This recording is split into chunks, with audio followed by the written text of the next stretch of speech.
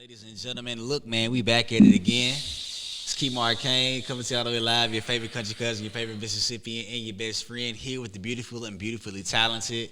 Hey y'all, what's up? It's Ashley. We back at it again with another episode. Episode 4. Hey, 4-piece, no biscuit. What's up? Yeah. Happy Black History Month. Happy Black History Month. Now, clearly, Black History is year long. Year long for decades, centuries, and however many eons to come. You heard? Yeah. But of course, we dedicate this month, February, to really, invest more time and dedicate more time into the education, into the information, and the investment, the discovery, the embracing of Black culture and all these things. So why not have an episode? Why not have an episode? And just in case we got some new folks out there, who they listening to, Ashley FG? The Family Tree Podcast. Hey. Yes, thank y'all for joining us for another episode. For those of you who are first timers, we're so happy to have you. Welcome. So let's get into it, Kane. Yep. Thinking about Black History Month, I couldn't help but think about some of my Black History Month memories, right? Like growing up, you know what I mean? Like, I ain't gonna lie to you, that was my favorite time in school. Okay. Because like my teachers, public school, West Jackson, South Jackson. West side, the best side. You heard me. So they dedicated a lot of time to making sure that we understood Black culture, Black history, right? Okay. And I appreciate that because I understand in a lot of classrooms that's not the case, And you think about the textbooks that we had in school. Was there Black history, right? So of course it's on our teachers and educators like yourself, right? To go the extra mile to make sure that young people are understanding of their history and their culture. For sure. And it's funny, I think about my favorite moment in Black History Month in school is watching My Friend Martin. Do you remember that? Martin? Yeah, it was like the My Friend Martin cartoon. Oh, yeah. It escaped me for a second, but it just hit me. Yeah, the cartoon Martin. We watched it every year. Yeah. Dang, I forgot all about that, to be honest. I could never get tired of that movie. And I think it's still on YouTube, actually, because I watched it maybe I'm going to watch that tonight, probably. I ain't going to hold you. Yeah. I ain't seen that in years. That, just thinking about that really took me back, you know. And just thinking about, Black history moments growing up, right? Like even in church, you know what I mean? Like in church and Sunday school, we talked about it. What are some of your memories growing up? Black history memories. We always did like a Martin Luther King like breakfast and natchez at the community center. Same. Everybody would attend that breakfast, big breakfast, and then we have a Martin Luther King program. And either it'll be like that same day or the day before. A matter of fact, I think it was that Saturday before because the breakfast was usually on a Sunday. So we would have, I think, the parade a day before that. And the parades used to be lit. Okay, like parades is not the same no more. That's true. But back then, Martin Luther King, those streets are usually deemed to be the hood, if you will. That's true. But, those parades were some of the best parades. Right. So those are some of my favorite memories. Like even in school, we would have like school plays. I would always be Rosa Parks. Word, why? I would always be Rosa Parks. Why Miss Parks? That's one of the first women or just civil rights activists that I learned about growing up. Rosa Parks and Ruby Bridges. I remember all these martyrs, all these activists. But in school, I don't know, it was just a connection with Rosa Parks. And I guess it helped that my mom would make sure that my outfit was ready to roll, where it Top came tier. with, the glasses and the blazer and all these things. You got any photos? But I probably could find some. I need you to find those. That would be hilarious. That would be hilarious. But yes, just thinking about those days is something. But just, fast forward to today, like knowing the threat that exists in our classroom, right? Yes. There's so much conversation, so much debate about critical race theory. Correct. And I just think about, let's start with just making sure that we all understand what that is. Let's talk about what that means. So I took some notes here so that we'll be on the same page. Okay. So critical race theory. Is it a way of understanding how American racism has shaped public policy, or a divisive discourse that pits people of color against white people? That's the debate that we hear, right?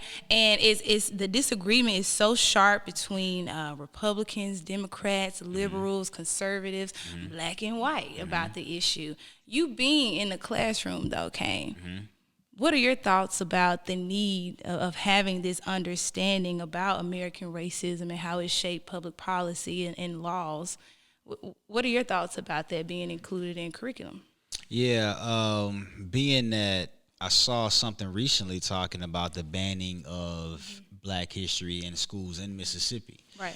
So like me being an African American studies educator, dealing with that, uh, it's not necessarily a fear, if you will, but here's what I understand, and here's what I'm going to put an even greater responsibility on myself, not just as an educator in the classroom, but as an educator just outside, right? Coming amongst young men and young women and peers alike, right?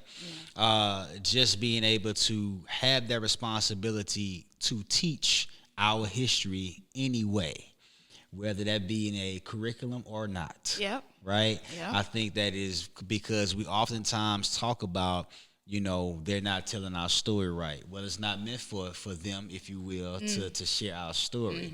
Let us, like Mr. Frank Figures, you know what I mean? He's a legend in Jackson. He's a walking encyclopedia. He's a walking documentary.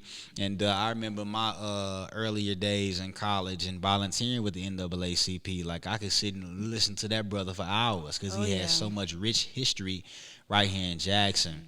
So it does, sadden me a little bit that bills and policies like this are passing, but in the same breath, we're not new to this. Even with critical race theory, it's not a new thing. Like, it's been around.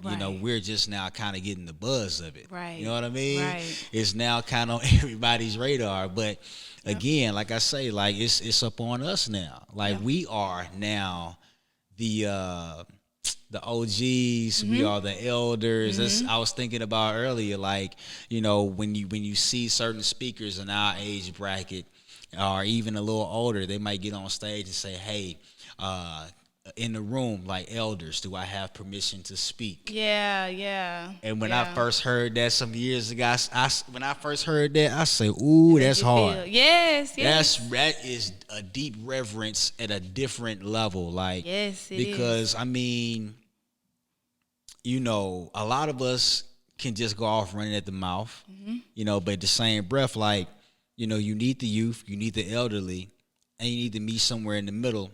And the elder allowing the younger person to speak a certain perspective that may be different to where they can learn something new, and then everybody else learns something new. And to have that permission, that just, for me, it'll give me a greater confidence to speak on whatever it is I'm going to be speaking about. Yes, intergenerational and creating community, right? Big facts. Because we all have, experienced different things in our communities and in our families, right? And in conversations that we have with our elders about issues pertaining to, discrimination and racism in America and in our states and in our community.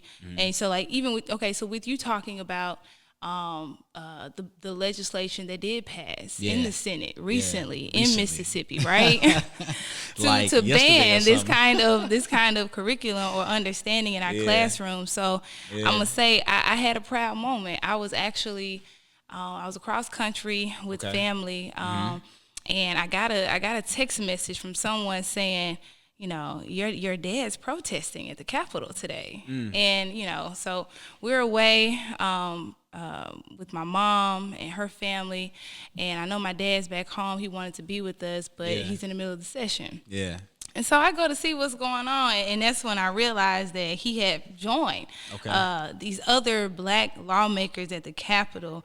And this is in the state with the most violent of racist history, right? Thanks. Mississippi. Yes. Right? So to see these black lawmakers employ a principled strategy that was so pronounced during the civil rights movement to walk out, right? To protest against something that they didn't believe in. To get wind that my dad was in that number, I'm like, let's go, Pops. Like, let's go, So, like, critical race theory, man, I mean, it's being debated all over. But in Mississippi, yes, this is a bill that came up to prohibit this in our classrooms. And while the bill did pass out of the Senate, it has to go to the House. So we'll see what the House does before it's all over. It still, it still has a ways to go. But it just makes me proud to know that, this is a historic moment in Mississippi and in that capital, and that our lawmakers are making a stance against things that they know will further cripple, right, where we're trying to go in America in terms of racism, or just in terms of reconciliation and understanding and education, right, and just trying to move forward. But it's a huge threat. It really is. You know, whitewashing. Yes, it is. Like the famous piece that I do not remember the brother's name, but it's an art piece where there's a black image in the background, and then there's a white hand with a paintbrush with white paint painting over the black image. And that was like circling the internet like crazy. I'm sure I'm gonna find it so we can post it on the Family Tree page. But yeah, that's been a hot topic as well in relation to critical race theory. Let me ask you this, Kane. Sure. You know, because I look at my dad today, and I'm proud of the things that he's doing for black people in the black community. You know, even having a vote and changing our flag, getting rid of the Confederate emblem that happened in 2020, right? It happened summer 2020. Finally. But I'm curious, like, who are some of your, like, I don't know, civil rights icons, if you will, or just some people that you've studied over years past, or if there's someone in present day, you know, that you would like to pay homage to? In the present day, I really respect what Killer Mike is doing. Michael Render. Okay, talk about him. You know what I mean? Like Killer Mike, you know, rapper, you know, a phenomenal lyricist for real. I don't think the brother gets enough credit. But seeing him transform from rap into what he's doing now, he has a show on Revolt Network, and it's called Love and Respect, actually. You know what I mean? And he interviews different folks that are in government as well as entertainment to kind of give us that edutainment, if you will, to kind of bridge the gap. You know, because we need that. Yeah. Because we are only marketed to a certain field, as you know. Yes. Guys, it's so much stuff out here for us to do. Government, like you had one of the youngest governors out there in California at some point. It's a young man in Alabama. You got Chokwe Antar right here in Jackson, Mississippi. So, you know, let's get our eyes. If you want to do entertainment, if that's in your gut and in your heart, do that. But just know there's so much other things to do out here. James Baldwin is great. Bell Hooks is phenomenal. Malcolm X. I admire Booker T. Washington quite a bit. Tell you why. A lot of people would probably want to dig more into the W.E.B. Du Bois perspective of things. He had more of a Garvey approach, which is great. Okay? But Booker T. Washington kind of got on the inside, you know, and was able to like politic with the white people as well as the blacks. Why is that important? Oh man, we going there. I just come on. Hey man, that is important. One, I oftentimes ask this question, and I'm gonna ask you in a minute. I'm gonna ask y'all right now. Okay, do you feel like we, as black and brown people, melanated folk, do you feel like we are a dependent people? Now, when I ask people this question, they ponder on it. Some people answer rather quickly and say, "No, we're not dependent." But I feel like we are a dependent people because, for one, we have been so far behind with a lot of things. We're the last in everything good and the first in everything bad. You know what I mean? But when it comes to various opportunities, oftentimes we kind of need that salt to mix in with our pepper. Just a little bit, right? To get certain credentials, to be allowed in certain rooms. And like Booker T, he saw the importance of it because, you know, we're going to utilize their system to get what we want. But and as we learn as we go, we can like tweak it to where we want it to be. WEB, and I'm a fan of grassroots, but sometimes the grassroots can take a little bit longer. Yeah. You know what I mean? Yeah. Both perspectives are vital. Both of them are necessary. But Booker T, being able to start up Tuskegee, being able to politic with the different politicians at the time, you know, during that time period, you know, people calling him a sellout, like we got the council culture now. Things repeat themselves, you know what I mean? Some people might actually be selling out, but most times some of these folks don't need no counseling. Some of these folks are really trying to figure it out for real, like we are. You know, we just not on a public stage with everything. But it's important because, quite frankly, it does take a village, and sometimes it takes people of different villages to help the main village to get to where we want to be at. And just like with Reconstruction, had that opportunity. And let me know if I'm talking too much. But we had that we had that opportunity. Because I'm hearing what you're saying. To get in these political seats. Yeah. But the opportunity was there. We sat in those seats, but we didn't know necessarily what we were doing. Right? There was no guidance. It was like the blind leading the blind, which is why Reconstruction pretty much failed for real. You know? That's an interesting perspective. Yeah. You know, if I'm not mistaken, it was Talk to Malcolm me. X who said, in so many words, one of the worst things we could have done for our community was to integrate. So when you ask that question about dependency, and I just keep thinking about that word system, right? The system that wasn't built, it wasn't our system, it wasn't built for us, it was built against us, Facts. right? Yeah. We are, if to say that we are dependent people, I would say it is dependent by that system. By the policy, by the laws, right? Because had we never integrated, I wonder what kind of euphoric, like what kind of community would we have, right? I see independency. Yeah. Because I feel like we have what we need to succeed and excel. Yeah. But if we had a different mindset about just building from within, part, right? that part. But I mean, it's that, you know, okay, you just think about that time, right? We had to make a decision. What was important, right? So we know that we're capable of doing so many things, but when we look at the opportunities and the resources and knowing that we were always getting the short end of the stick, it felt unfair. Like, we need some of that. Let me get some of that. It's not right that I don't have access to that, right? So you had people who moved in that direction, but then there were some people who said, we don't need that. We don't need theirs. We can have our own. Like, let's focus on putting our attention on what we can build within and have for ourselves. So it was kind of like this division of thought or philosophy or really desire and need. Okay. So I get that. But when I think of dependency, I really think it's just based off of the system in the world that was created without us and against us, and not necessarily for us.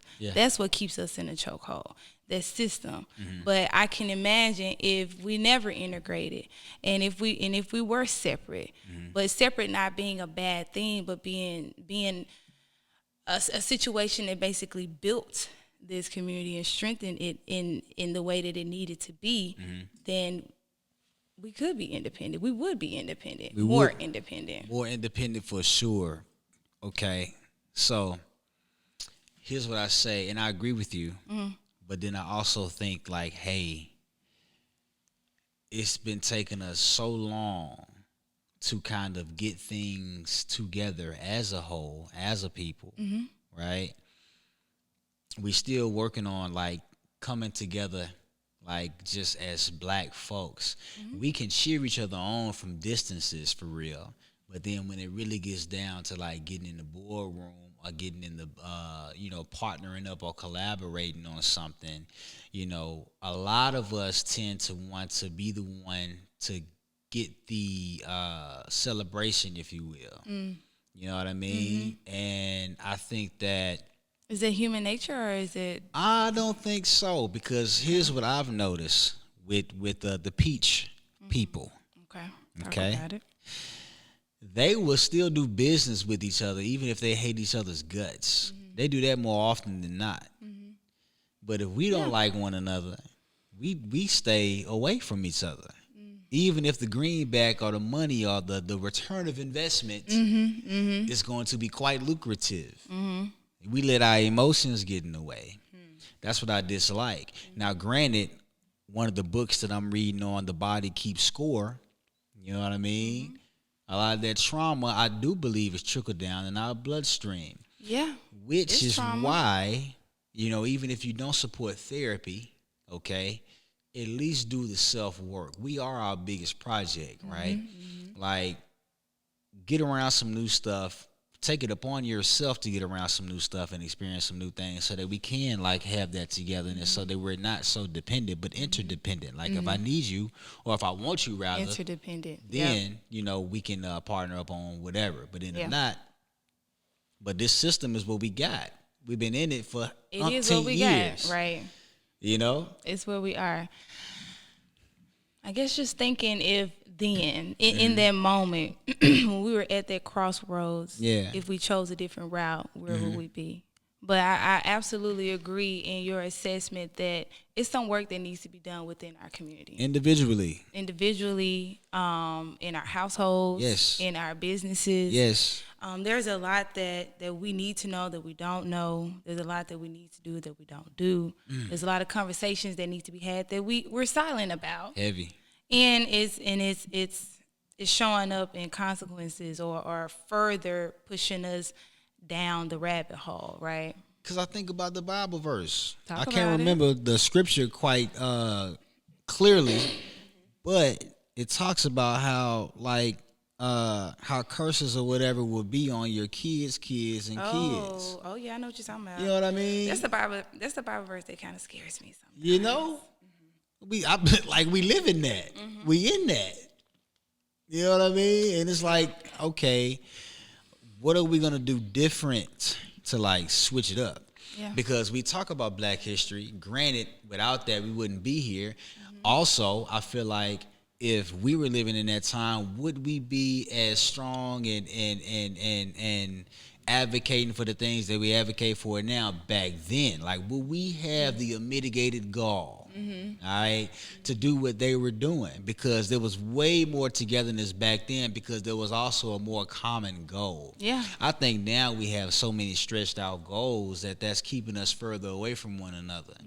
You know what I mean? Like, the most you heard, Martin Luther King, Malcolm X, Booker T. Washington, W.E.B. Du Bois, Marcus Garvey, the NAACP. Yeah. It's not really no more than two people. Yeah. Yeah. Now, it's like 50 folks that we fighting And with some, to try to get some stuff together. yeah. You know? Yeah. Like the history again, you got to know where you came from to know where you're going. But now it's on us, like I mentioned earlier, to teach the youth and teach ourselves, but also learn another way. Like with the cryptocurrencies, you know, a lot of people are talking about that. You got the new age thought leaders speaking on that, to whereas things are kind of equaling out on the playing field, right? And in order to receive some form of wealth, a lot of more blacks are learning about insurance, you know, setting those things up. I've had that conversation with my mother, like, hey, you got a will? Like, how are things going to go? And we sat down, her, myself, and my sisters, like, yeah, well, you'll get this, you got this, da-da-da, like, this is where this is at, da-da-da. Have those conversations. Have them as early as possible. Those insurance policies, cryptocurrency, you know, generational, like your mother has a business, your father, you know what I mean? The different, like my cousin in Columbia, South Carolina, showing me the way without him knowing for real. I be peeping game, cuz I see you out here. You know what I mean? Shout out to cuz. So, like, it's so many different things that we're learning now because we're living in the information age to where now there's really no excuse and we don't have to look for a hand to hold because there are many books out there. You know, I saw somebody wearing a hoodie that said, "Books saved my life." Read and write. That's what life look. If y'all don't do nothing else, okay, read and write. Write your way into wealth. Read your way into wealth. Read yourself into a better individual because it's the individuals that, you know, better individuals that help heal the communities, and the healed communities create better individuals. It's a recycling effect. Yep. You know what I mean? Absolutely. I going can't on a agree rant. with you. I can't agree with you anymore. And it just kind of, I guess, segues into the question that I was going to ask you next. For sure. You know, like how do you make Black history today? Like how in this moment, in this time where we are, what can we be doing? You're absolutely right. To educate yourself, to read, to write, right? To be knowledgeable about things, to find your escape, to work hard at it, to put in that sweat equity, right? To learn togetherness, to work with each other, all these things, right? sure. To invest in businesses, right? To know financial wealth. All these things we can be doing today Yeah. can really make the difference in life later. Believe that. Man, look, I was getting ready for today, and I grabbed this shirt. Fire. Just thinking about, like some civil rights activists. James Baldwin, yes, I'm with you on that. That's a fire brother. This shirt was actually, this is Cecil Williams. It's funny because the streets know him as F.Yo. Fountain. Yeah. Cecil F.Yo. Fountain Williams. But just another example of a hardworking Black entrepreneur who really just said, forget your fountain. Yeah. Forget your system. Yeah. Forget your way of life. Believe that. Forget your racism. Forget how you feel about me, your expectations, all these things, right? That's the attitude that I feel like he exuded when he was caught taking his, photo, taking a sip out of a white-only fountain, And I hope that that's the attitude that we can have, right, that we can share, that we can continue this confidence in who we are, regardless of the limitations that are placed on us, right, placed on our young people, right, the way they see us, you know what I mean, to look beyond that and to be more than that. But you're so right, man, like, we got to go back to home, though. It starts at home, Everything. Right? And how we work together. I think about, just a lot of our leaders who have plans and want some of the same things that we want to give us a better quality of life. But until y'all can get organized and work together, it doesn't stand a chance, So it's a lot of work we got to do. And I think a part of Black History Month, or just acknowledging, Black history, is to talk about the truth. Yes. Right? And to pay homage to those who paved the way for us to have the things that we have today, but to also be critical of, what is the status quo right now? Knowing that we could be further than we are, because there's always room to grow, right? But to be critical of ourselves and to see, how we can further our own people, our own communities. Because it's going to be on us. At the end of the day. It's our responsibility. Freedom ain't free. Nah, and there's a lot of people making promises for Black people, but nah. Yeah, we got to keep our own promises to ourselves. Period. And we have to try. Okay, we have to simply try. Our trying saves the lives of many people. Oh yeah. You know what I mean? People seeing us do this is like, oh, well, let me try something, whatever that something is. You dig what I'm saying? Try it. Try it. Be inspired. Be inspired. Yep. That's what Nipsey Hussle said. The greatest act is to inspire. Yeah. You light that fire and somebody else. Tupac said, dang, he just left me. But Tupac said it. Tupac said it. If I could spark the brain, that's what he said. If I could spark the brain of somebody else, pretty much then, we can change the world. Like, I hope we're sparking somebody's brain out there to try something, because the more you try, the more lives that you save, the more Black lives you save, and the more Black history that we can make and develop. Yes.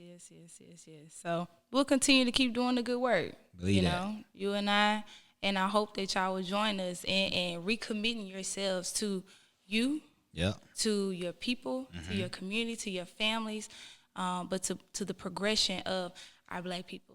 Happy Black History Month. Happy Black History Month. Hey, man, this was a beautiful conversation. Damn. Good job. You got deep. For my people. Listen, this is, you were tapped into the Family Tree Podcast. I'm Kimar Kane, coming to you all the way live. Thank y'all so much for rocking with us. I'm Ashley. We'll see y'all on the next trip. Peace. Bye.